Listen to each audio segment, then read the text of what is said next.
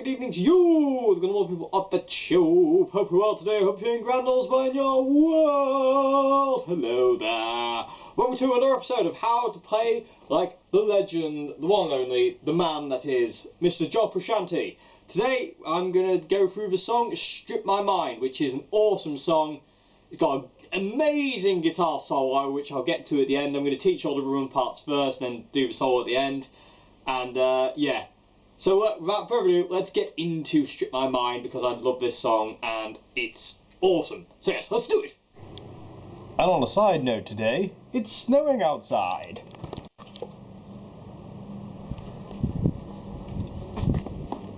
Okie dokie, so let's get to Strip My Mind. I do apologise for this random snow outburst, but we haven't had snow for a while and it's very, very exciting. So, without further ado, Strip My Mind is in the key of A minor.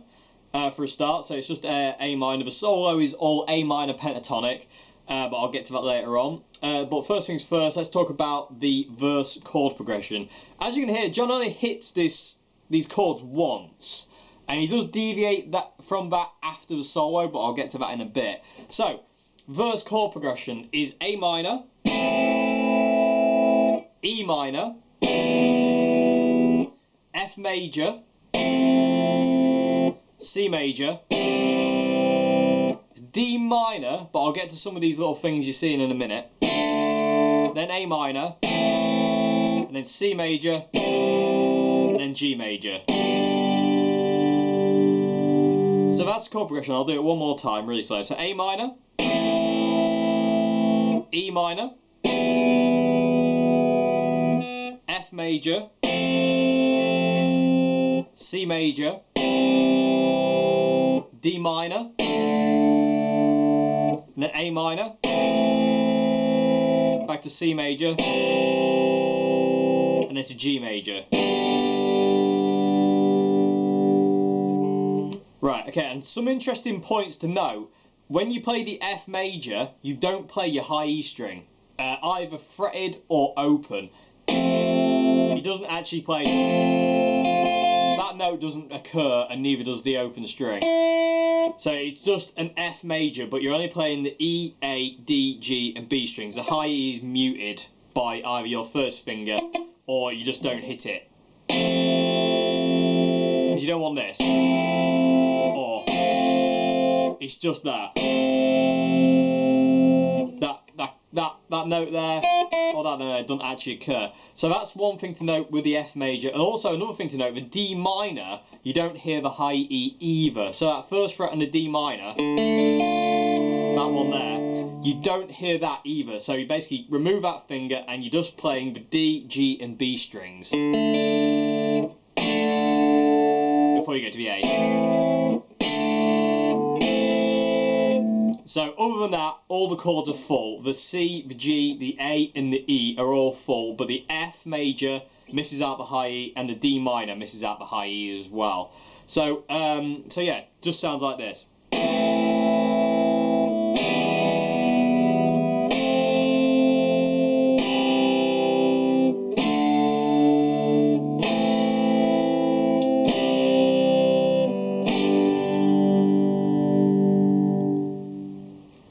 Okay, so nice and simple, nothing really kind of over the top there, just nice and simple, lovely open chords. It's a real feel thing. You can really hear it. You really need to hit those chords. John really smacks it. And you can hear it on the attack, especially if you go on YouTube and look for the isolated guitar track of John's guitars in Stadium Arcadium, you really hear how hard John actually hits the chords in that. The guitar is actually rattling as he hits it. There's like a real kind of ring to it. And it kind of like, it kind of reverberates. It's really, really cool. So yeah, that's the verse. Really simple. I say the only thing that's kind of odd about it really is the fact of you don't play the high E string on the F major or the D minor. So forget that altogether. And then we're going to move on to the pre-chorus. And this is really nice, this bit, because the first chord in the pre-chorus is an F major, but you're starting it on the 7th fret. So your first finger wants to be, 8th fret, I do apologise, on the 8th fret. So your first finger wants to be on the 8th fret, And if you were to do it like John, this is what John would do.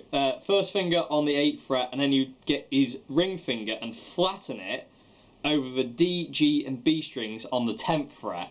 So first finger will be on the 8th fret on the A string, giving you the F note, and then your ring finger would go flat across the D, G, and B. Sorry about that, everybody. So yeah, where was it? F major, yes. So yeah, like I say, John normally does his power chords like this, if they're kind of like starting on the A string, so to say. If they're starting on the top string, he normally kind of bars it, but on the A string downwards, it's normally like this. So yeah, like I say, first finger on the 8th fret on the A string, and then your ring finger wants to be barring the D, G, and B on the 10th. So this is the first chord of the pre-chorus, and you can do it anyway. I mean, I wouldn't really recommend kind of that. It's kind of not good for your wrist. It's not very comfortable, but do whatever way is comfortable for you. I mean, if it's like that, I mean, if it is like that, do it that way. But I say this is the way John would do it, because that's like the John power chord shape. So so this is the first chord, and it kind of goes like this.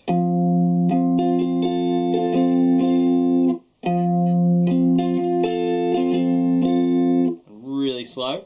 So dun da da da, and it's on the pre-chorus. You're hitting the strings really lightly. So from going in the verse where you kind of really, really hitting those open chords. When you get to this F and the next chord, I'll show you in a sec. You really want to be kind of like strumming very lightly, and again you can hear that on the isolated tracks and on the actual album version while he lightens up his attack. So that's the first chord, F major, down here on the 8th and the 10th fret. And then you go to a C major chord, but you have your B and your high E strings open, and it gives you this chord. And I play this, there's a couple of different ways to play this, but I play it with my thumb on the 8th fret on the low E, my ring finger is on the 10th fret on the A, my little finger's on the 10th fret on the D, my middle finger is on the 9th fret on the G, and my first finger's not touching anything, and I just have the B and the high E open. So it's like it's this chord. And you can play it like that with your thumb behind if it's comfortable. If you can't get your thumb over.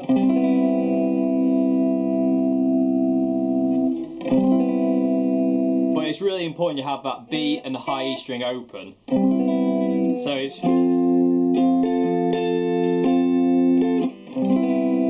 So just a nice little kind of rake down to all the strings.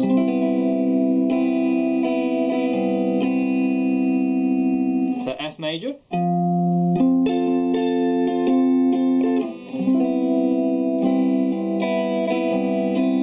Then after the C, you go back to your F again, but just before the chorus. And you kind of want to be up picking on the B and the G string notes. Really kind of picking out those notes. You can hear John do it. So first time around it's just, and then when you get to the F again, do the up picky thing.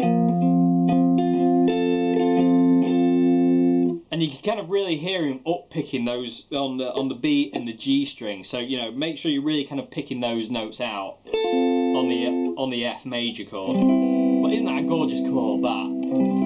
Oh, it's heaven. That's a heavenly chord. Okay, so the whole thing so far is this.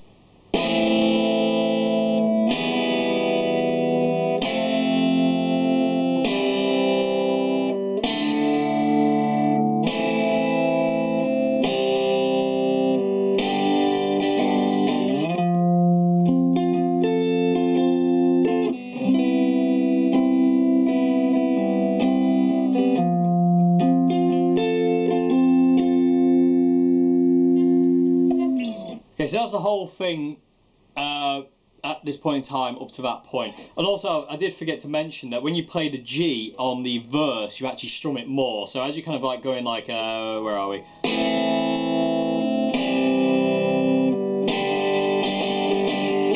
So on the G, when you get to the G chord, you go. So down, up, down, up, down. So that's one thing I missed out. Sorry about that, everybody. So that's the whole thing so far. That's the verse. That's the pre-chorus. Now moving on to the chorus now, which is really nice. Okay, so the chorus of Strip My Mind is A minor, G major, and F major. And he plays that progression twice. And then on the third time, he plays A minor, F sharp over D minor, and then F major. So the first two times the progression is A minor, G major, F major. So one more time. And then on the third time it's A minor, F sharp over D over a D minor or D major. It doesn't really matter. And then to F. So that's pretty shrimple. It's very shrimple actually. You know, it's very seafoody kind of chords. You know, if you're allergic, it will make your face swell. I don't know what I'm on about anymore. Okay, so chorus. Get back to the song, Dave, and stop being silly. Okay, so A minor, G major, G major and F major. The F sharp over D is this. So there's a couple of different ways of playing this one as well. I use my thumb, but you can use your first finger if that's more comfortable if you can't get your thumb over. So from your A minor, it's this chord. I use my thumb to fret the 2nd fret on the low E, and that's also killing the A string. So the A string is not played in this chord at all, and neither's the high E. And then it's just the 2-finger D chord from the verse, basically. So first finger is on the G string on the 2nd fret, and my ring finger is on the B string on the 3rd fret. So it's 2nd fret on the low E, A string dead, D string open, and then 2nd fret on the G, and then 3rd fret on the B, and high E string dead. So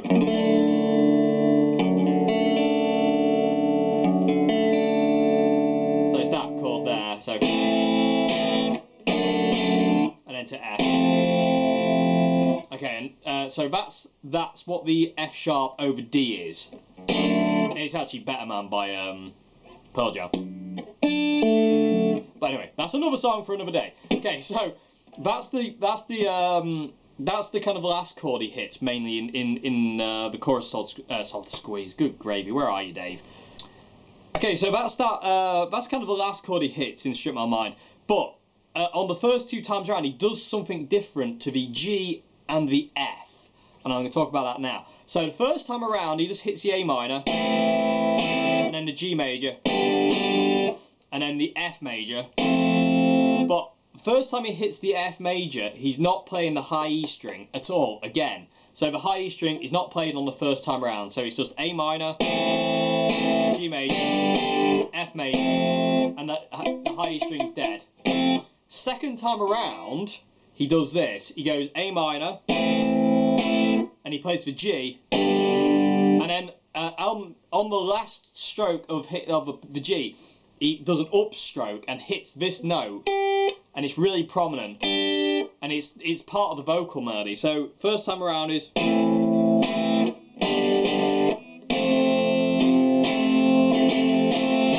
Second time is.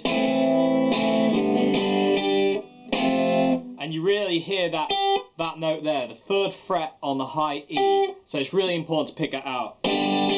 So it's down, and then up, and really get that note pinging out, because you can hear it in the vocal mode. Please don't leave something behind it. You can hear that. And when he goes to the F the second time around, he plays the high E open. So you've got your F major, but you got your high E open. So first time is just straight.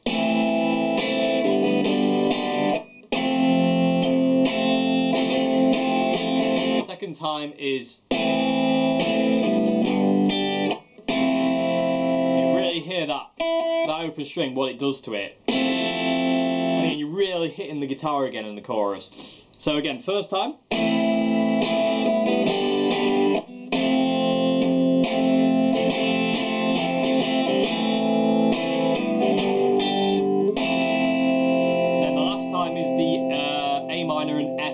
over D.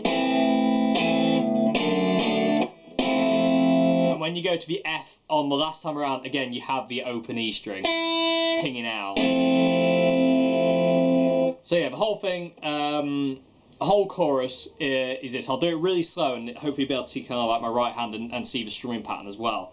So and there's kind of like stops where you kind of just deaden the strings with the fat part, the flat part of your hand, the fat part of your hand. I suppose it is the fat part of your hand, really. Anyway, stop getting diverted. Okay, it's all the snow, everybody. I'm getting excited because it's snowy. Okay, so the chorus is this. Try and do it really slow.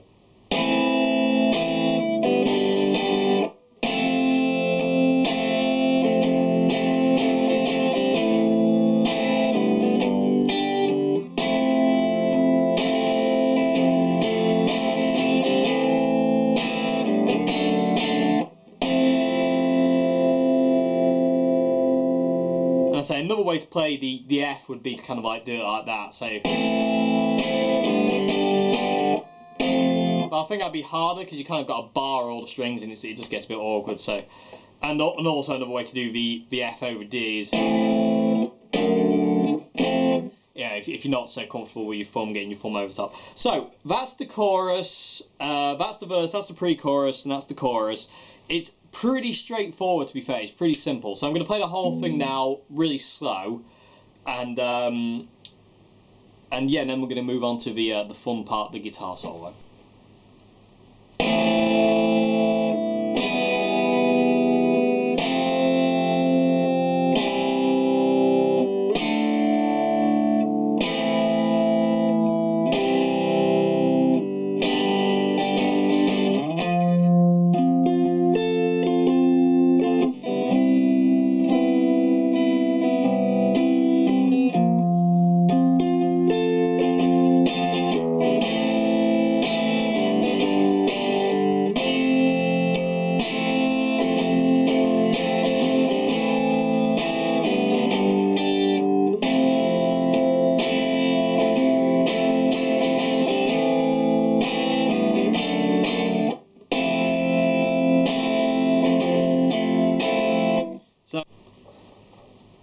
Okay, so that's the whole song basically. It's really straightforward. It's just a. The thing about Strip My Mind is it's because it's so straightforward and there is a lot of just kind of like you really nice just kind of like open chords. It's more down to kind of a feel of the song, getting it right, and it's really easy to rush and want to push it forward really fast, and you've got to kind of lean back on it. You really got to be kind of.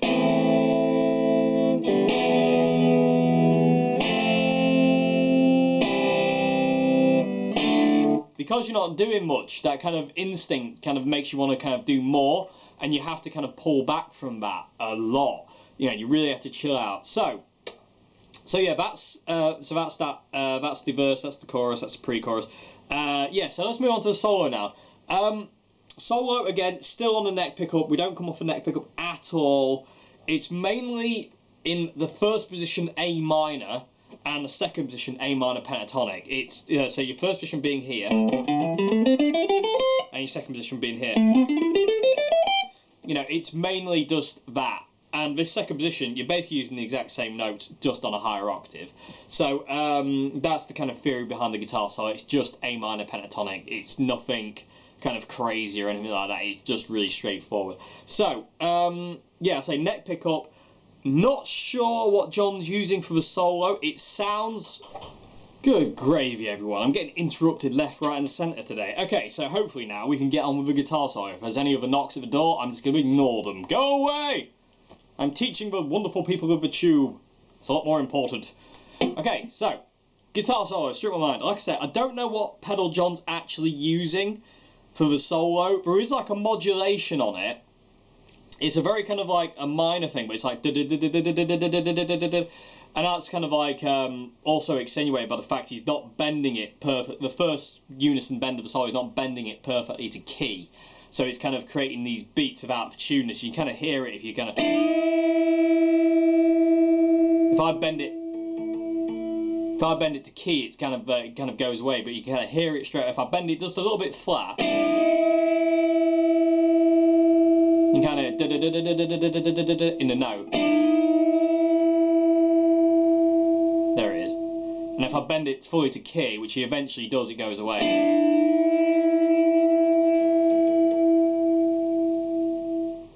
So so that's something to know. But like I said, pedal-wise, I don't know what he's using, because around that time John was favouring the Electro Harmonix English Muffin and the DS2, and I think a Big Muff as well. So it's really hard to tell exactly what he used for the solo. It sounds a lot like the DS2 to me. There's a certain kind of scratchiness about that you can hear his pick attack, especially on the isolated guitar track. It makes me believe it is definitely the DS2, because it's got that kind of mid-range scratchiness, and it really does. It just has the kind of characteristics of the DS2, but we'll never know 100%. But I will say any kind of fuzz pedal will do the job as well. But I think the DS2 is the prime candidate for this solo, and it just sounds right, especially on that first bend. If I put it on quick and show you what I mean.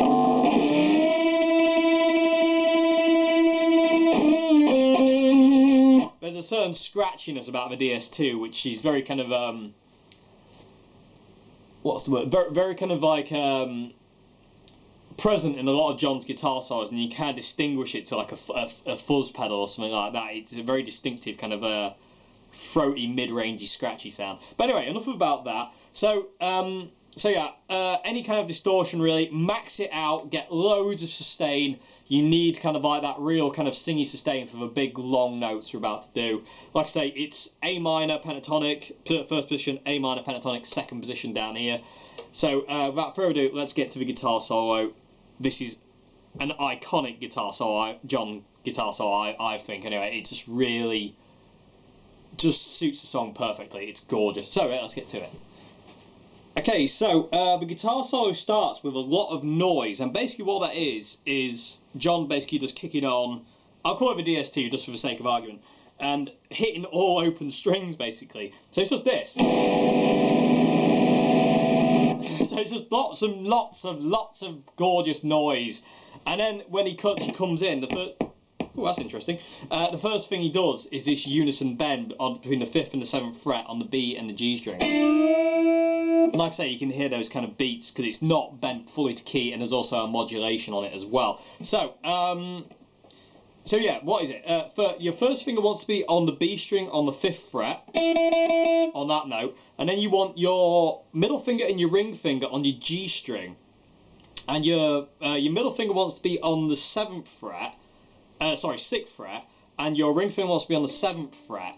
And basically what your middle finger's doing is just helping you, it's just giving you that extra bit of push to kind of do this unison bend. A unison bend is where you play one note and you bend up the other string to match it. So you're bending up the G string to match this note on the B string.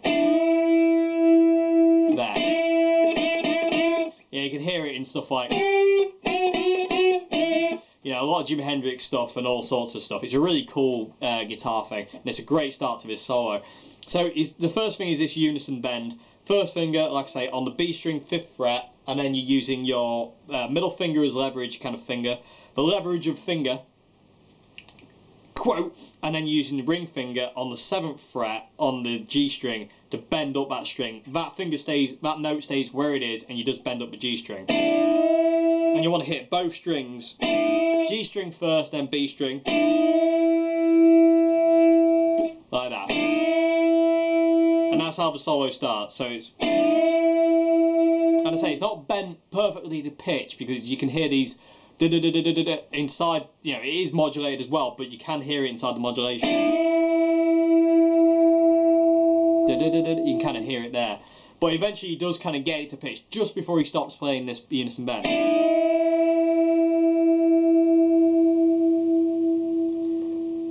Okay, and then the guitar takes a breath. So what he does is this. And there's like a little gap there where there's nothing happening, and it's basically like just noise basically. So he bends, does a unison bend, and then in that time your first finger comes off and you release that G string bend back to the 7th fret note. That. And then once you come back in, you bend that string back up. Like that. So first unison bend. Take a break. Take a breath. Take a break. Not too long. It's not long enough to eat a Kit Kat. And then bend it up again. And then release it. And then on the release, before it gets back to basically the 7th fret note, you want to go to the 5th fret on the G string and play it twice. So unison bend. Take a break. Literally just before you get back down to the 7th fret note, you want to release and play the 5th fret on your G string.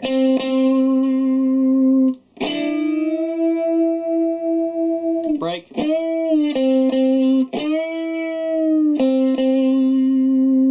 So really super slow.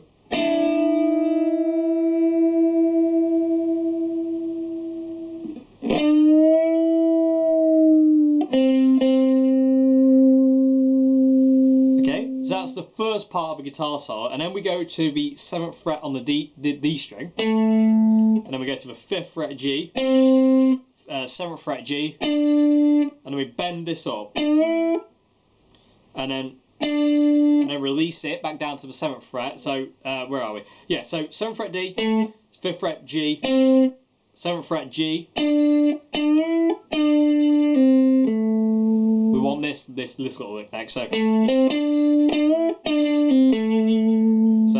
yeah, bend up the 7th fret G, and then release it down to the 7th fret note, and then pull off to the from the 7th to the 5th on the G string, and then we've come back down to the D string on the 7th fret.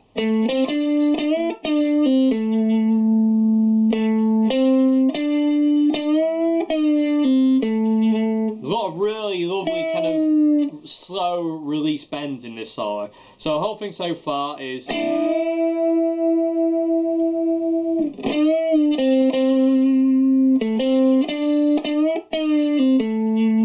And then the second time we hammer on to start this kind of. This phrase happens again, but instead of kind of like starting it with this, we hammer on from the 5th to the 7th. So the first time is, and then the second time is like that, and then we go for this big bend here where we only play it once.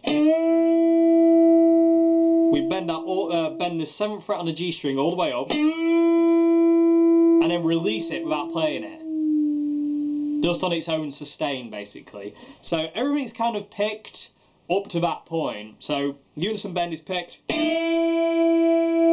This is all picked.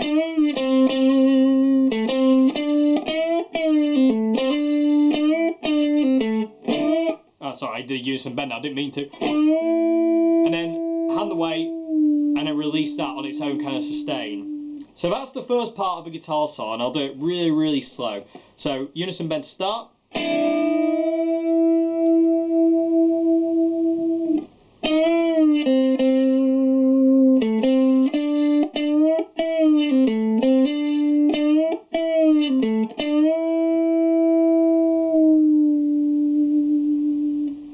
Nice little bit of vibrato on that note. Not too wild. It's snowing again. Good gravy, it's really snowing. Yeah, so that's the first part of the guitar solo. So that's the low part. Now we're going to move up to the high part, where John goes basically to the second position of the A minor pentatonic, and this is the really screamy part. And this part is just gorgeous. It's just the perfect finale to this guitar. Okay, so the second part of his guitar solo starts with a unison bend again. So he's basically mimicking what he's doing up here, down here now. Up here, should I say, not down there. So it's a unison bend on the high E and the B string this time. So your first finger wants to be on the 12th fret on the high E, and your middle finger wants to be on the 14th fret on the B string, and your ring finger wants to be on the 15th fret on the B string. And again, your middle finger is nothing, it's just leverage, it's just helping you push that that B string up while leaving the first finger on the high E on the 12th fret in place. So the first part of the second part of the solo, if that makes any sense, sorry if that's really confusing, is this. And again, it's just a big unison bend. And you can really hear the modulation on this one, but it doesn't matter. You really don't need that. Okay, so that's the first part, and then we go to this note here on the 15th fret on the high E string, and we bend that up, and then release, and then we pull off to the 12th fret on the high E string. So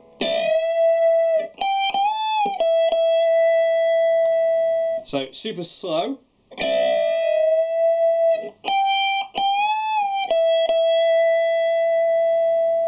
And one more time, I'll try and do it really super slow.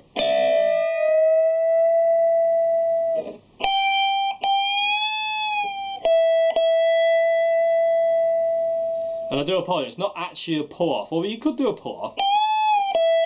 You just release the bend and then you play the 12th fret on the high E twice again.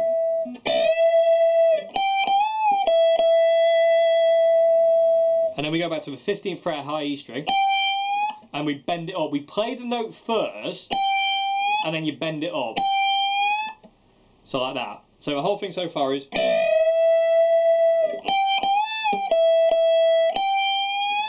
And then we go up to the B string on the 15th fret and bend that up a tone, release, and we end up on the 13th fret on the B string. And then we go to the 14th fret on the G, and then we go to the 13th fret on the B, 15th fret B, and then we bend up the 15th fret to a tone, and then release it, and then pull off to the 13th fret on the B, and then resolve back to the where are we? 14th fret on the G, and then we hammer on again. It's exactly the same with what we did up here, just down here. So the whole thing so far on this second part is it.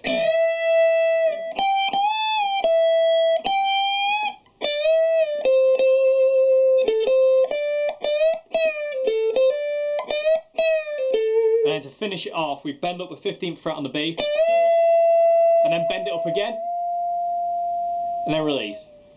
And again, that's all on its own sustain.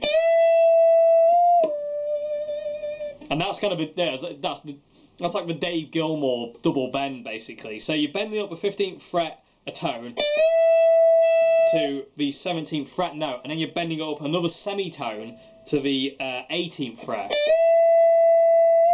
and then release it down to that note now on its own sustain. Now don't actually play it again.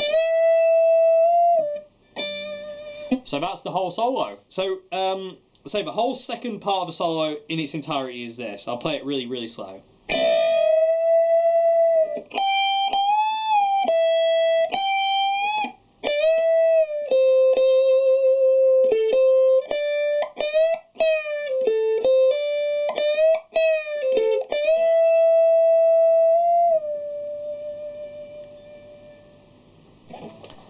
Okay, and that's the whole thing really. I did actually miss out a note on that playthrough, so I do apologise about that. But it's not a necessary note, and again, it is open to interpretation as well. You can kind of mess with this guitar solo, but you don't want to stray too far from the solo John did because it's so perfect. There's certain solos that you never really want to change because they just suit the song so well.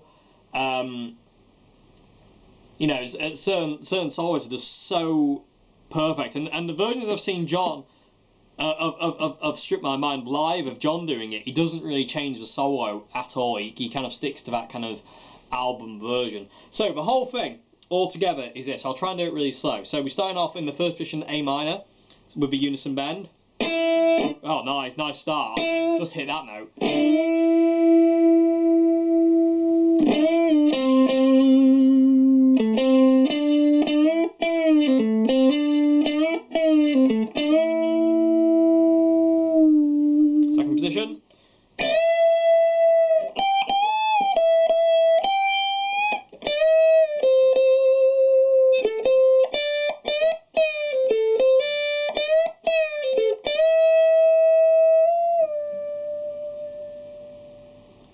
And that's the whole guitar solo. That's the whole thing. And I'll do it one more time just for luck.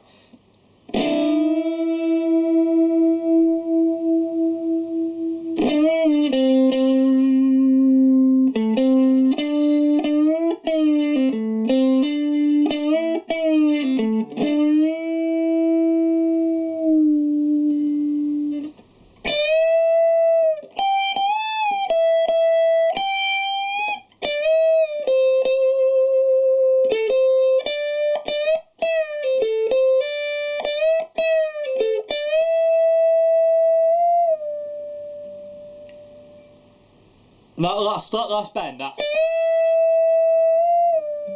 might take a bit of getting, but you will get it, trust me, you will get it. Okay, so that's the whole guitar solo. One thing to note as well is on this bit, John's really digging in there. You can hear a lot of plectrum noise, a lot of scratch from a plectrum. Like, if I show you, if I kick on the DS2.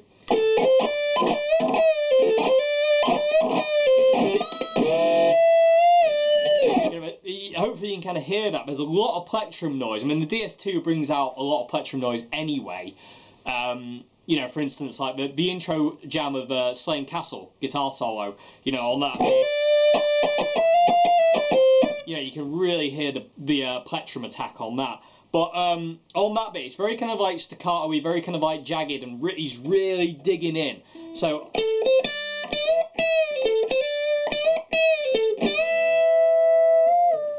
you know, on that bit, really go to town and digging into those G and B strings, and really kind of like, you know, get that kind of scratch. You know, we'll call it the John scratch. So yeah, the whole thing with distortion goes like this.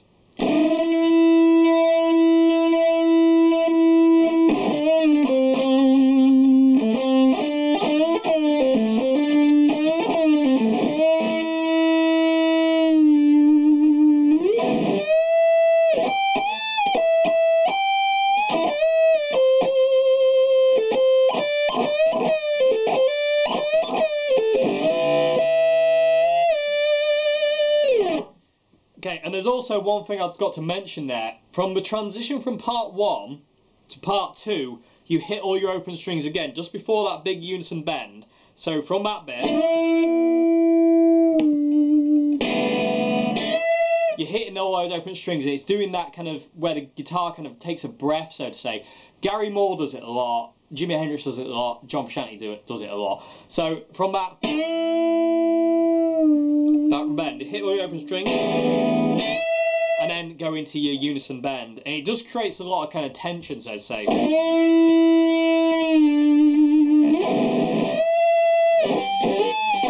You know, it builds kind of a lot of tension in there. So that's the whole guitar solo. That's the verse. That's the pre-chorus. That's the chorus. After the guitar solo, when you come back into the verse, you don't just go. He actually strums it now, so he's going.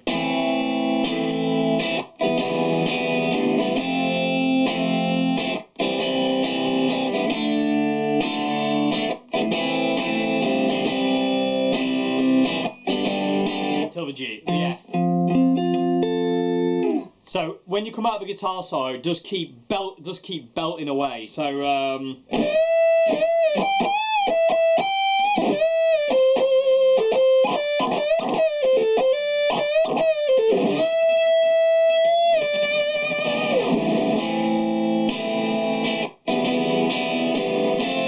the actual guitar track that's there is really nasty. It's a really nasty distorted guitar. And also, coming out of the last bit of that guitar solo,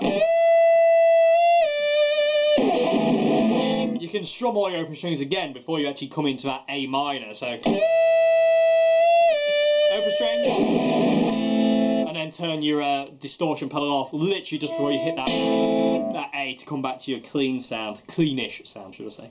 So, yeah, that's it. I can't think of anything else. Oh yes! The last chorus is kind of straightforward as usual, so it's just A, G, F without the high E, A, G, F with the high E, and then the third time is A, D, F sharp over D, and then F with the high E, then it does it again to finish on. So it's A, F sharp over D, and then finish on that the F with a high E. And you can do that. So yeah, I think that's it really. I'm not going to teach the kind of guitar solo that comes in after the first chorus, the harmonised thing, because it's not. I want to kind of go through a more of a live kind of version, and John wouldn't do that kind of thing live. So I kind of wanted to go for that and just forget that bit altogether.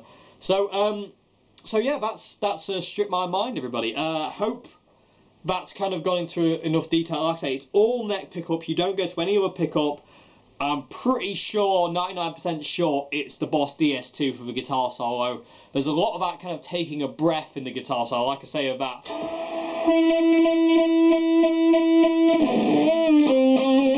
Where you're hitting those open strings and just creating like tension, so. You